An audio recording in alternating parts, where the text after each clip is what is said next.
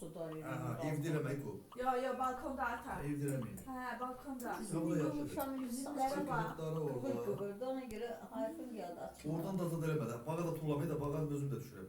Oradan da bir dənə belə salafan az. Elə salafan içərisinə atacağım, iş bir keçi sonra da içəri tərəfdən də təmir. Sonra tulayarız belə gedər. İndi bağa bir dəqiqə mən biləm ki, şu ufada beynələrə siyərimi boşalım. Onlarla doludur. Koy baxın palçıq verir. Palçıkta ne işin var? İstəyəm. He balkon gör kuruyor, gör su böyle. Sən balkona süpürmək gerik.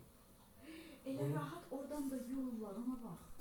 Var mı? Töküler çaya. Ha. Oradan akır gelir diye orada arvatları Ne götürürler. güzel bir şey. Yudu. Evet özün yudu. Toprağını yesen ya. Yüz sürdürü. Ona toz yok şey. Nemdi görmüşəm. Toz çıkmayacak. Burası değil mi? Şu tam doğru.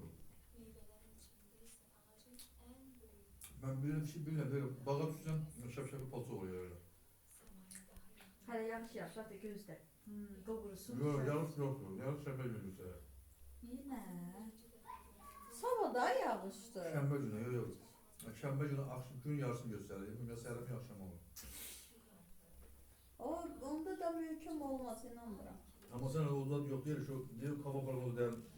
Gücü yağışlar gözlenir gene. Gene. Sen ki tutuk olur. Reşat gelene bir tufan olacak. Vallahi Vallahi. da. Reşat gelende bir tufan olacak.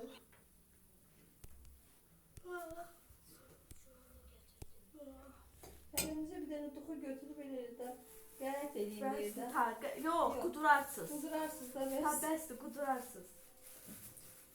Mən dedim Dedim belə. götürmek istemirik. Dedi yok.